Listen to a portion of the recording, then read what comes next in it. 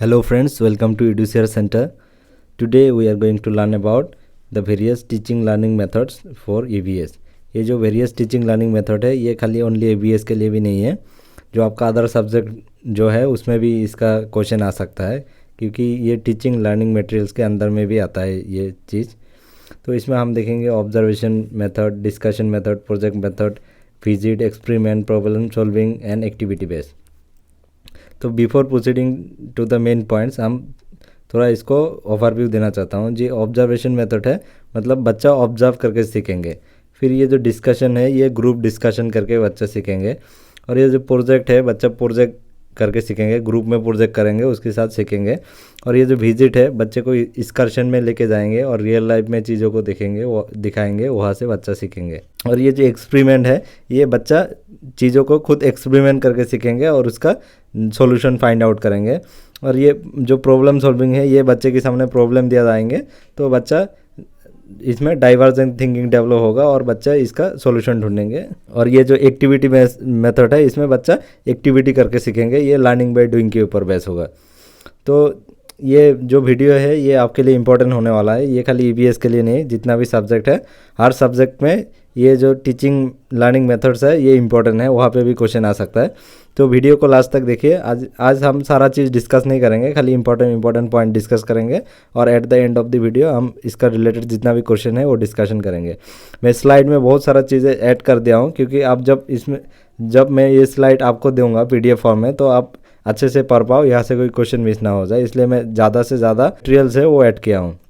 तो चलिए शुरू करते हैं। तो ये जो ऑब्जर्वेशन मेथड है इसमें क्या बोलता है, जो जितनातर NCERT पब्लिश EVS बुक होगा ना उसका मैक्सिमम का टाइटल होगा लुकिंग अराउंड, मतलब आसपास जो है वहाँ से देख के बच्चे सीखता है।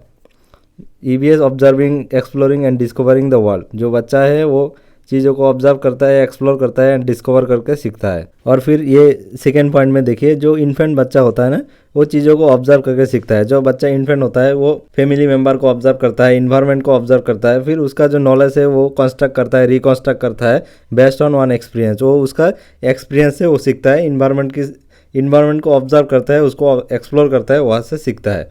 ऑब्जर्वेशन मेथड है ना, ऑब्जर्वेशन मेथड में कैसे उसको किया जाता है, तो पहले planning and preparation of observation, मतलब ऑब्जर्वेशन करने के लिए भी बच्चे के सामने क्या ऑब्जर्व कराओगे उससे पहले प्लानिंग होना चाहिए, उसका प्रिपरेशन होना चाहिए, फिर एक्चुअल ऑब्जर्वेशन होना चाहिए।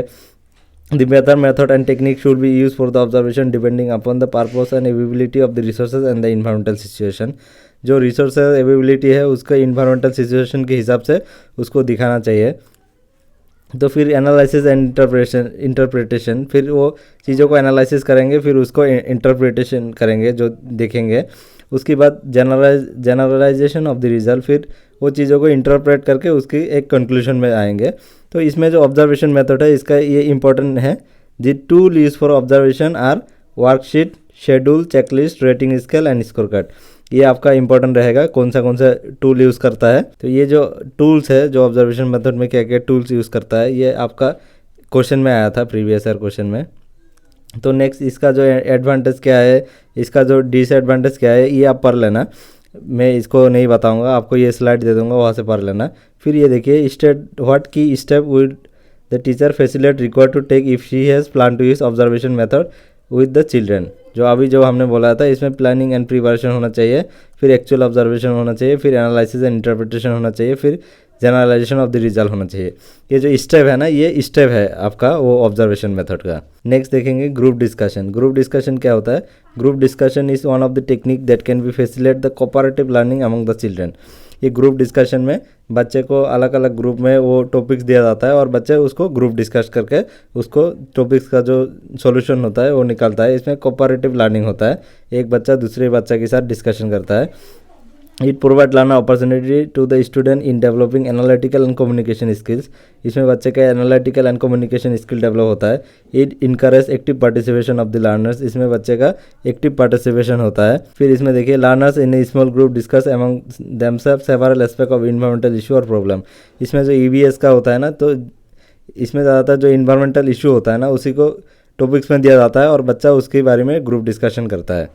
तो ये सब आप पढ़ लेना। नेक्स्ट देखेंगे तो इसमें लिखा है क्या क्या थीम आपका ग्रुप डिस्कशन के लिए इम्पोर्टेंट है। इस सर्कस एक क्रूलिटी टू एनिमल्स, ऐसा टाइप का टॉपिक्स दिया जाता है। Should fast food to be sold in the school canteen, roads और park, what does our city need to the most, ये सब टॉपिक्स दिया जाता है ग्रुप डिस्कशन में मेनली। और ये जो बास ग्रुप डिस्कशन है ना, ये बास ग्रुप डिस्कशन क्या होता है, ये ग्रुप डिस्कशन का एक पार्ट है। ये छोटा ग्रुप में ये डिस्कस किया जाता है, consist of 3 to 6 person and who are giving the definite issue and problem to the discussion and associate the task complete in a short period of time। ये छोटा छोटा ग्रुप में आदमी को दिया जाता है और छोटा छोटा टॉपिक्स दिया जाता है इसमें डिस्कशन करने के लिए। और जो ग्रुप डिस्कशन होता है उसमें थोड़ा बड़ा टॉपिक्स होता है।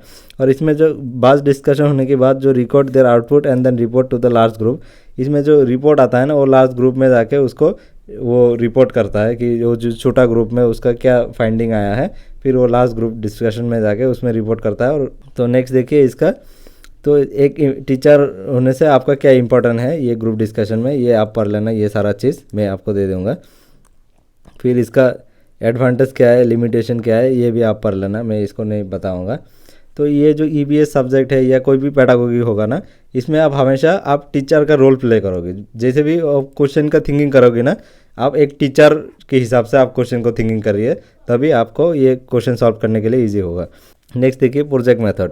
Project is also a team work and can act related to real life activities undertaking to solve an emerging field problem to realise some useful and purposeful objective.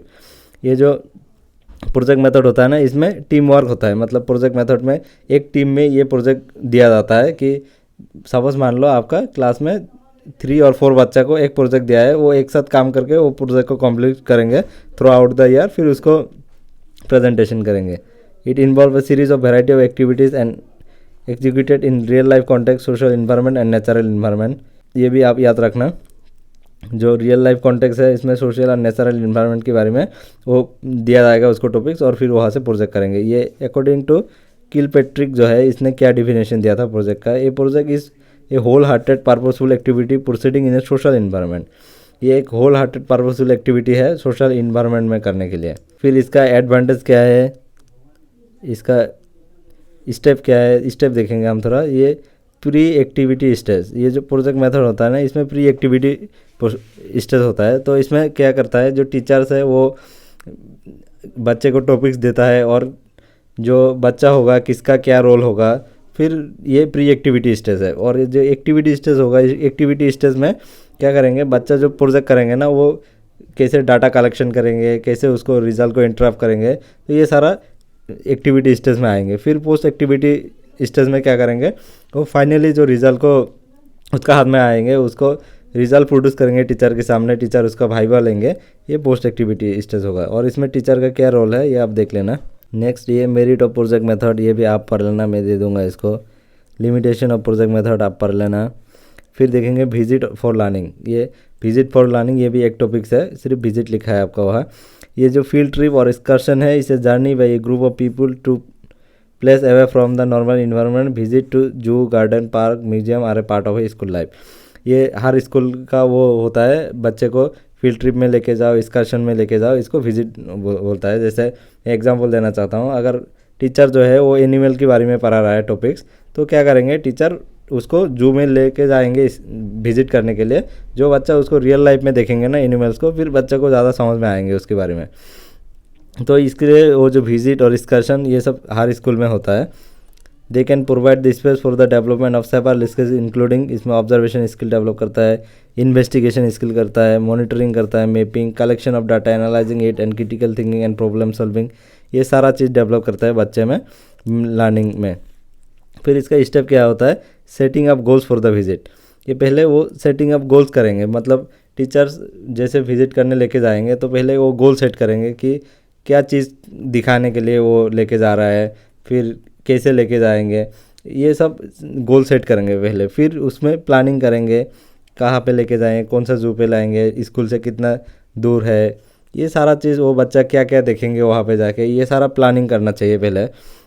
फिर briefing the students, फिर बच्चे को बोलेंगे कि आप जाके ये चीज़ देखोगी, ये नहीं ये चीज़ देखोगी, वो चीज़ देखोगी। और इसमें बच्चे को बोलेंगे ये मत करो वो मत करो, मतलब जू में जाके सपोज बच्चा छोटा बच्चा को लेके जा रहा है जू में, तो बोलेंगे कि जो एनिमल्स हो उसके सामने एकदम मत जाना, तो ये डू एंड डोंट्स ये सब भी बताएंगे, इसमें टीचर ब्रीफिंग करेंगे।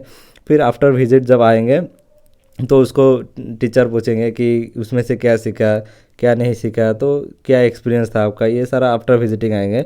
फिर इवालुएटिंग द परफॉर्मेंस, फिर बच्चे को बोलेंगे उसके बारे में एक रिपोर्ट प्रोड्यूस करो, फिर उससे भाईवा ले आ जाएंगे और बच्चे उसका आंसर देंगे कि उसमें से क्या सीखा क्या नहीं सीखा। तो ये जो वर्कशीट है, वर्कशीट भी एक इम्पोर्टेंट टर्म है। ये वर्कशीट मतलब वो लेके जाने से पहले ये वर्कशीट बनाता है, विजिट में लेके जाने से मतलब बच्चा क्या देखेंगे क्या नहीं देखेंगे, क्या ऑब्ज़र्व करेंगे, ये सारा वर्कशीट में लिखाया जाता है। तो बच्चे को जब लेके जाएंगे तो उसमें इधर उधर घूमना नहीं पाएंगे, डायरेक्ट जो जो वर्कशीट में लिखा होता है कि फर्स्ट जाके आप एनिमल देखोगी, फिर जाके प्लांट देखोगी, तो ये सिस्टमेटिकली होता है, तो आप पढ़ लेना इसमें। फिर आपका एक मेथड है experiment method. The word experiment from the Latin word means to try और to put the test. Experiment का मतलब होता है बच्चे ट्राई करके करता है, खुद का खुद उसमें वो चीज़ों को निकालता है, ट्राई करता है। N experiment usually help establish the cause and effect relationship. ये जो कॉज एंड इफेक्ट रिलेशनशिप इसमें से निकालता है, मतलब कोई भी चीज़ का कारण क्या है, उसका इफेक्ट क्या है, तो ये कॉज एंड इफेक्ट रिलेशनशिप ये इंपॉर्टेंट है आपका एक्सपेरिमेंट का। क्वेश्चन में आया था ये। It include inquiry, observation, inference and testing of hypothesis. तो ये सारा चीज़ होता है इन एक्सपेरिमेंट मेथड के अंडर में। फिर देखिए experiment can be helpful, experiment कैसे बच्चे को हेल्पफुल करेंगे, फिर इसका क्या चैलेंजेस होगा एक्सपेरिमेंट का, तो ये आप पढ़ लेना। फिर ये आप देखेंगे प्रॉब्लम सॉल्विंग और डिस्कवरी अप्रोच। प्रॉब्लम सॉल्विंग भी बोल सकते हैं और डिस्कवरी अप्रोच भी बोल सकते हैं। इसमें बच्चा खुद का खुद लर्निंग बाय डूइंग होता है। इसमें प्रॉब्लम सॉल्विंग और problem based learning is a method aim to help student in arriving at the solution और alternative solution for a given problem. बच्चे को एक प्रॉब्लम दिया है तो बच्चा उसको जैसे भी होगा वो अल्टरनेटिव तरीके से, वो अलग अलग तरीके से वो सोच के उसको सॉल्यूशन लेके आएंगे। उसमें बच्चे का डाइवर्जेंट थिंकिंग डेवलप होता है। Problem solving as an approach is the most effective in adult group. However, if children are given these experiences as well, it prepares them for better participate in the democratic group process to solve open-ended question. तो ये ज़्यादातर adult group में होता है। फिर भी बच्चे को अगर इसमें दिया जाएगा ओपन एंडेड क्वेश्चन तो डेमोक्रेटिक पार्टिसिपेंट होगा, तो बच्चे को बहुत कुछ सीखने को मिलेंगे। फिर इसका स्टेप क्या है पढ़ लेना। इसका जो प्रॉब्लम सॉल्विंग टेक्निक कैसे इफेक्टिव है, इसमें आपका बच्चे का डाइवर्जेंट थिंकिंग डेवलप करता है। इसमें बच्चे का जो appreciate multiple views of the same issue, मतलब एक चीज़ में मल्टीपल व्यूज़ डेवलप करता है। तो ये सब आप देख लेना। नेक्स्ट देखेंगे एक्टिविटी बेस्ड लर्निंग। तो एक्टिविटी बेस्ड लर्निंग में देखेंगे जो EVS का ऑब्जेक्टिव है अकॉर्डिंग टू 2005, तो इसमें क्या लिखा है, बच्चे में क्यूरियोसिटी डेवलपमेंट करना चाहिए, अवेयरनेस डेवलपमेंट करना चाहिए, नॉलेज एंड अंडरस्टैंडिंग डेवलपमेंट करना चाहिए, एप्रिसिएशन होना चाहिए, वैल्यू होना चाहिए, एटीट्यूड होना चाहिए, ये सारा चीज़ बच्चे में डेवलप करना चाहिए। ये जो सारा ऑब्जेक्टिव होता है ना, ये ऑब्जेक्टिव एक्टिविटी में मेथड हेल्प करता है अचीव करने के लिए।